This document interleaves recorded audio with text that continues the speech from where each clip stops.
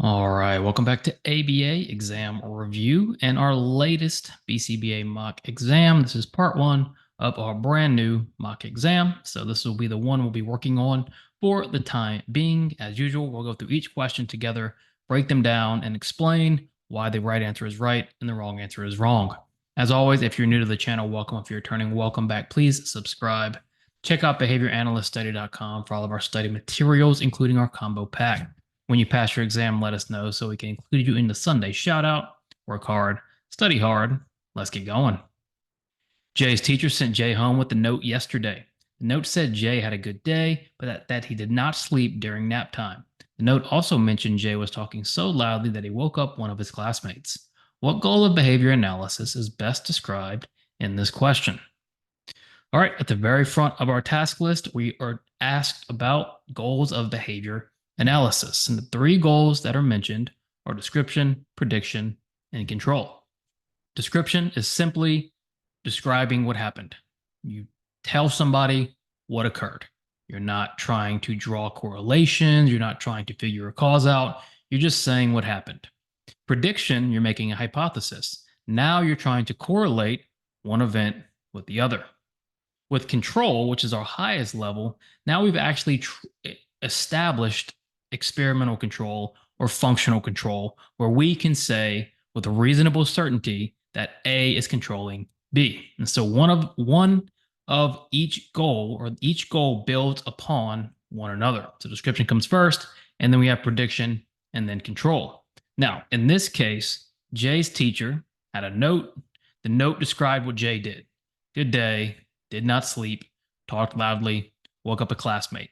Jay's teacher does not hypothesize.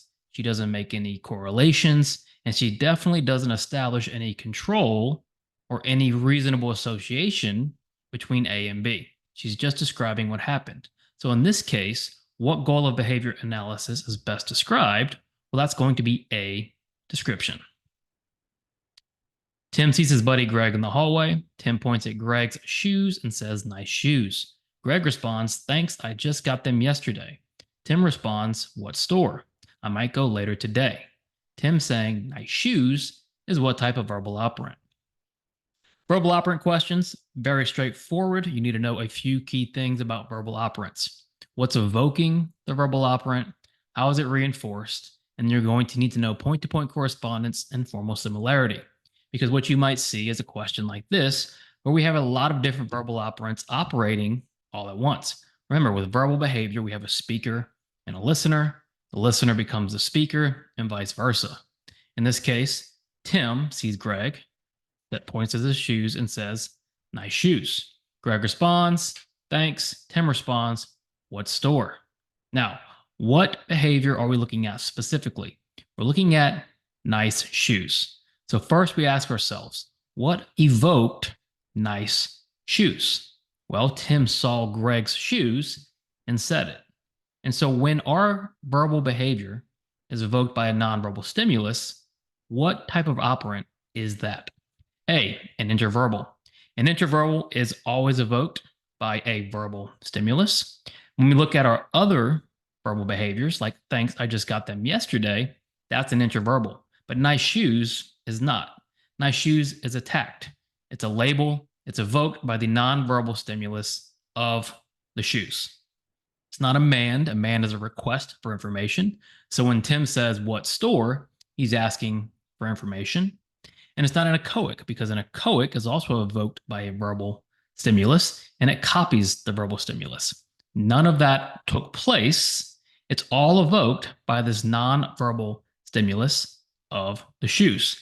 And what did the shoes evoke? It evoked a label. In other words, it evoked a tact. So the type of verbal operant we're looking at here is B, tact. Gene is implementing a punishment procedure targeting aggressive outbursts. After several sessions, Gene observes that the aggressive outbursts have decreased significantly. However, the client now exhibits increased signs of anxiety, such as crying and avoidance behaviors, during sessions where the punishment procedure is used. What should Gene now consider first? So this is an interesting question. On the 6th edition task list, which is going to be the most current task list, there is a task about emotional responses to interventions. Now, you might say, well, emotions and mentalisms, we don't deal with those.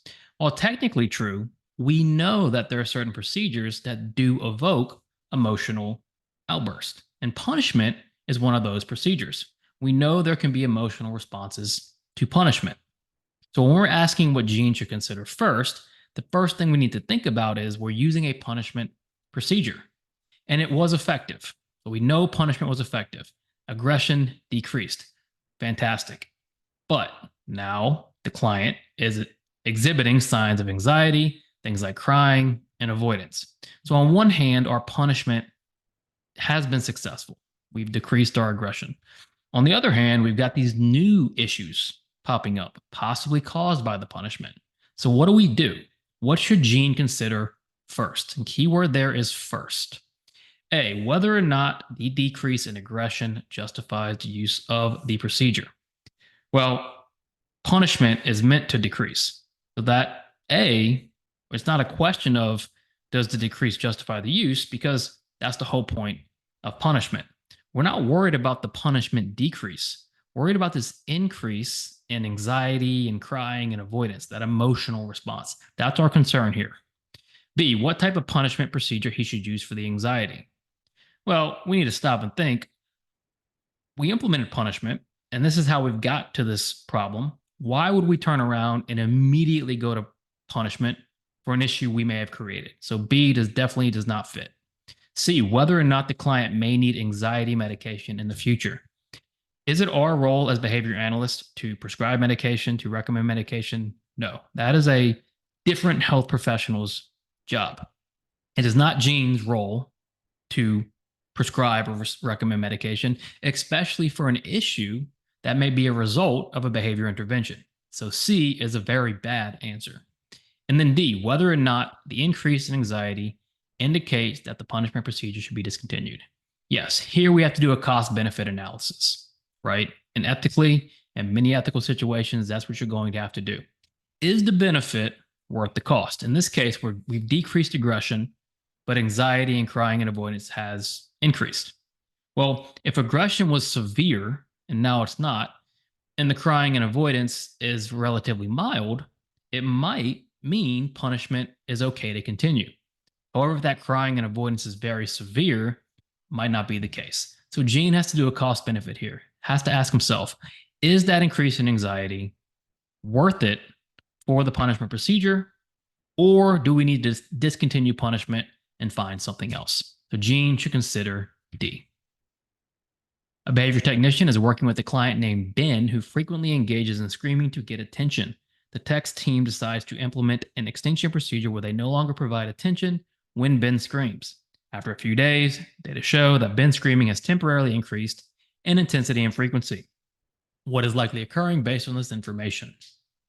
Very straightforward extinction question.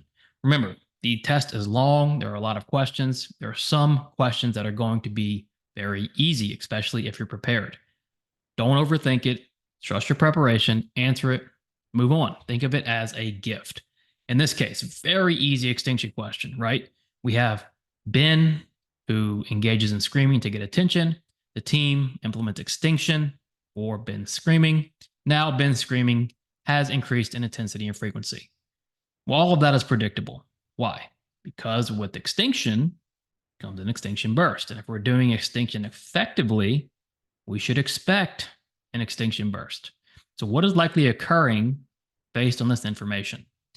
A, the team accidentally reinforced the behavior. Well, just on this information alone, there's no indication that they may have reinforced the behavior accidentally. A does not fit with what we know about the current situation. What about B? The team is implementing extinction successfully. That could very likely be what is occurring here, because we see this extinction burst. If you look at C, Ben is going through an extinction burst. So B and C are both very likely. If we're doing extinction correctly, we expect a temporary increase in intensity and frequency. So what is likely occurring based on our information given, both B and C? Very easy extinction question. We answer it, we move on. You, a behavior analyst, are talking with one of your behavior technicians about their session that took place yesterday. The client is known to display aggressive behavior and task avoidance. The technician tells you that at one point, the client balled up their fist and swung it at the technician's face. The client balling up their fist and swinging it would most precisely be a what? Now, for the exam, you're going to have to distinguish between behaviors, responses, and response classes. Now, what's the difference? Because in practice, we often use behavior and response interchangeably. However, we have to know that there is a difference.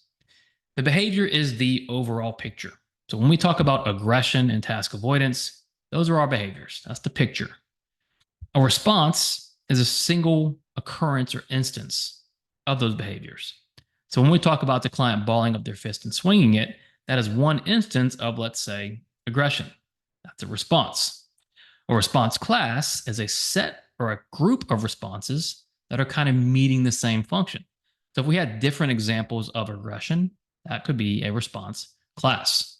In this case, we want to know about the client balling up their fist and swinging it. Well, since we know aggression and task avoidance are our behaviors, we know the client balling up their fist and swinging it is going to be the response. It's a single instance of that aggression. And then a response class, we're going to need more than one response to demonstrate that response class. And it's definitely not a stimulus, right? Because we're looking at a response. Responses and stimulus are two different things.